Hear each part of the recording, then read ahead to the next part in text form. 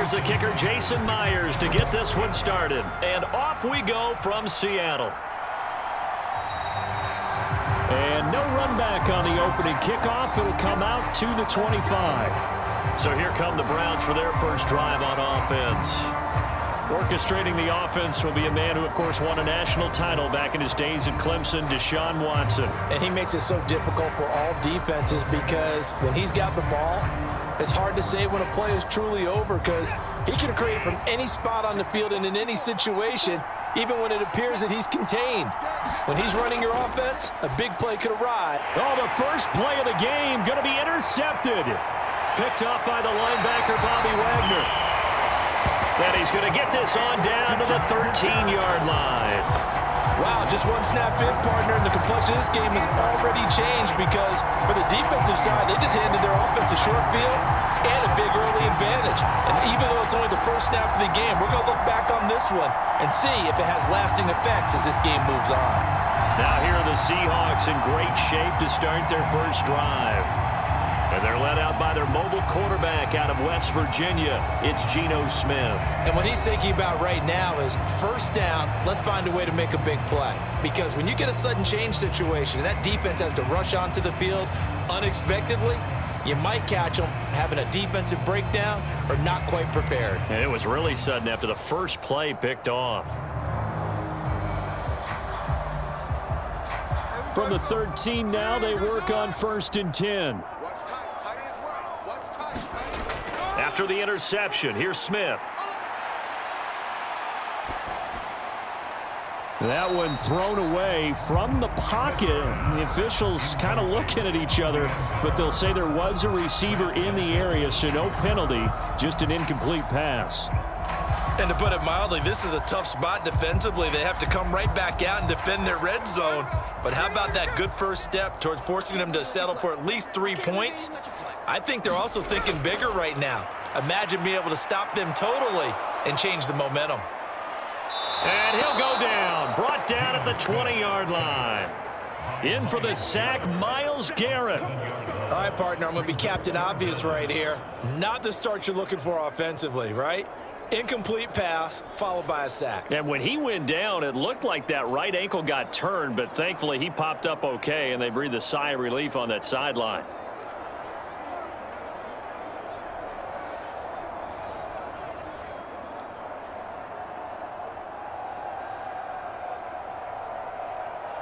Now a tough spot for Geno Smith and company after the sack. It's 3rd and long. Now Geno. Under pressure, and they got to him again. Zadarius Smith, he's the one to get him this time, and back-to-back sacks brings up 4th down. Now make that a second sack here on their first drive out defensively, and not to get ahead of ourselves, but they're on pace for double-digit sacks at this point. Well, they're going to have to find a way to tamp that down, aren't they? So if you're the play caller, you're telling your quarterback maybe some screens, maybe some draws, hard count, use your voice inflection a little bit, anything to try and slow that pressure down. On comes the Seahawk kicker here on 4th down. It's Jason Myers. From the left hash mark, this a 43-yard attempt. Myers' kick is good. And the Seahawks grab a 3-0 lead.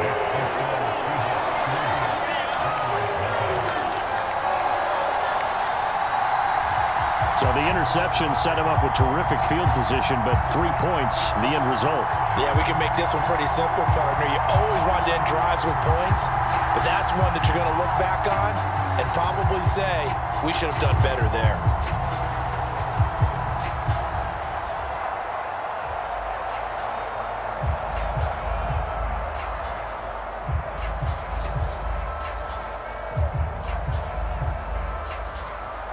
Myers now converted on the field goal try. Now he's on to kick it away. Grant, he will not return it, and his guys will begin at the 25. Second drive coming up here for Cleveland as they return to the field on offense.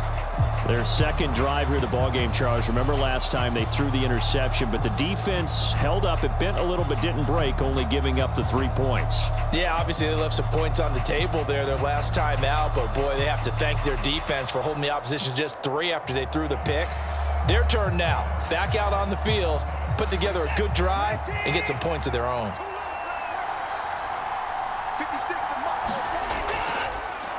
They start on the ground with Nick Chubb, and he'll take this ahead for about 4. Second down coming up.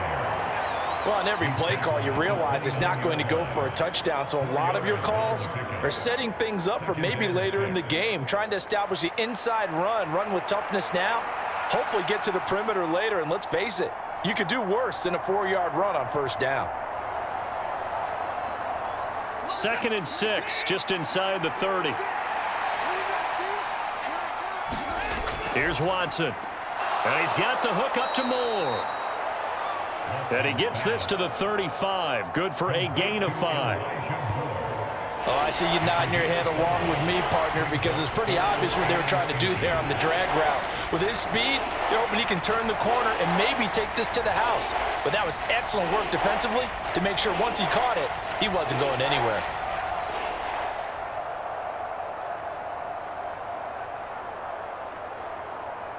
Here comes 3rd and the length of the football. Watson now to throw. He's got his target. That's complete. And he is going to have a Browns first down, and he'll have it by plenty as they're able to keep the drive alive on 3rd and inches. But we're used to seeing the guy that you consider the #1 receiver double covered. But how about this guy? He's double covered and finds a way to make the play for a first down. That's how you increase your Madden rating, right? No doubt about that at all. And you know something? I think we'll hear about that from him soon.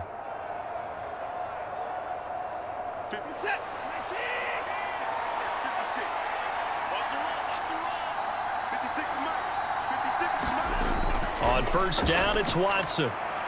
That pass complete to Moore. That's good. The completion there for 7 yards, and that will bring up 2nd down. It's a gain of 7. Brings up 2nd and 3 at their 38-yard line.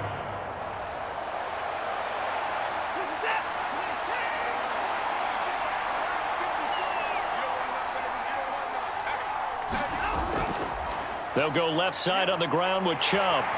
Trying to turn the corner, but he's going to be stopped right near the line of scrimmage. Call it no gain that time as it's going to leave him with a 3rd and about 3 to go. That's a really good job right there. Just kept stringing that play out, pushing further and further towards the sideline. Really good fundamentals by that defense. He was trying to put his foot in the ground and turn upfield. He just couldn't. No, they really had a picket fence in front of him. No room to find to get upfield. And a dangerous throw there as that's knocked down and incomplete. Textbook coverage right there. Played the ball, never lost sight of where it was headed, and stayed in perfect position to make a play on it. Able to keep the receiver and the quarterback in his sight lines. On 4th down on is Corey Bojorquez to punt. And back deep is DJ Dallas. And the kick's away as he angles this one for the sideline. And this will be out of bounds, and they spot it at the 15-yard line. Not too bad. Seattle's offense coming back onto the field, ready for their 2nd drive.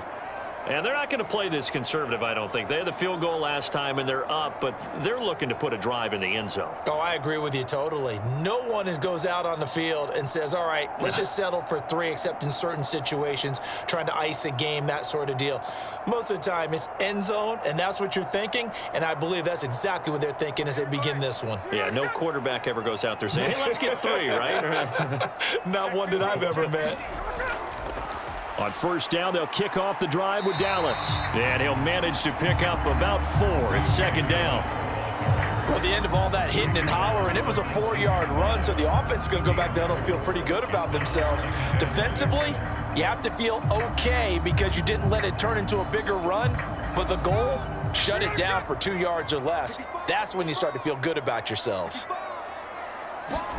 Here's Smith now on 2nd down. This is Fant on the short completion. And he works it across the 25 before being tackled. 10 yards and a Seattle first down. I got kicked out of that one, partner. You and I talk often about trying to hide receivers in certain situations, but a guy of his size can't really hide him. But the tight end drag route, definitely an effective way to sneak him across the formation for an easy completion and a first down.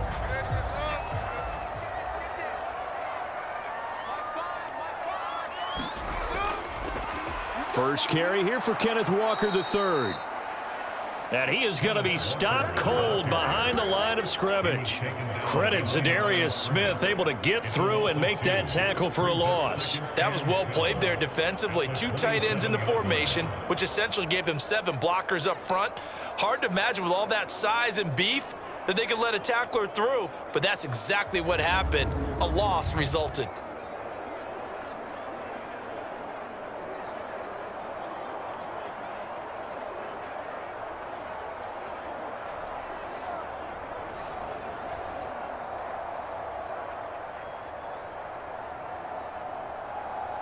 So the first down run lost a couple. Now they come up 2nd and 12.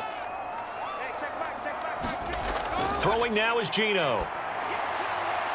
Throwing the out route incomplete. It's Thompson. And he'll be out of bounds across the 30-yard line. All that practice time came to fruition on that play. All those timing routes that they work on through training camp, OTAs, minicamp, and just regular season, they got it done on that one. An outcut, ball was delivered, and picked up the completion. Throwing on 3rd down, Smith. Setting up the screen here. This is Walker. And they'll get it up just short of the 45 at the 44. It's a gain of 12, first down Seahawks. And this pass rush has really been bringing the heat and has already gotten home a few times here in the first half. So how about the play call there? Sometimes if you can't protect, you've got to fool them. Screen passes like that can take a little steam out of what's been a relentless rush so far.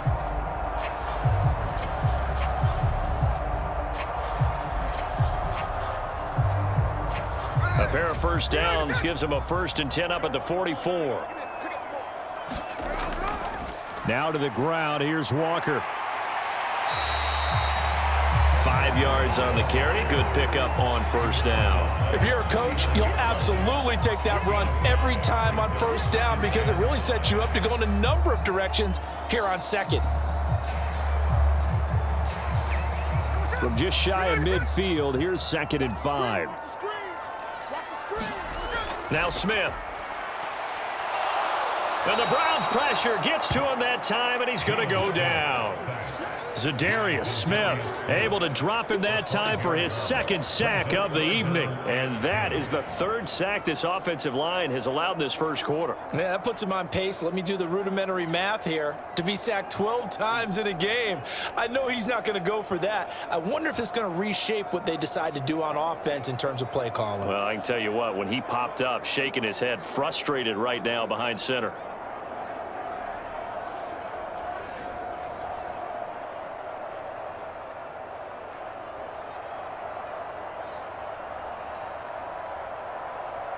Now a tough spot for Geno Smith and company after the sack. It's 3rd and long.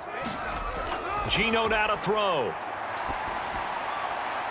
And that's going to be incomplete. The coverage too good there. The contact popped the ball free, and it's 4th down. I think that's how this defense is going to need to play these tight ends. Again, get right up on them and stay physical. And that paid off on that play, helping force that incompletion.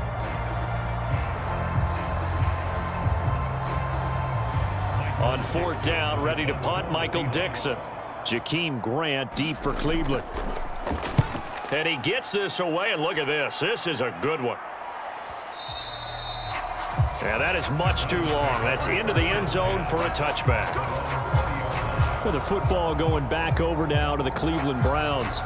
And the results for them have not been strong to this point. 2 drives have ended in a turnover and then a punt. So would it be too snarky for me to say that they've shown improvement? Because you had two drives with turnovers. Now they punted it away, so at least they didn't turn it over. So that's good, right? You're going to get some angry users reaching out to you on social media. Well, I don't mean to be. I was actually looking for the positive. Silver lining, you know. Watson and the Browns now with a 1st and 10 at their own 20-yard line. On play action, they'll throw. Letting one fly deep for Cooper. And that is incomplete. Took a shot there on first down, but he couldn't reel it in. They were maybe hoping for a little bit of a back shoulder fade there. And that's a play that's been in vogue the last few years.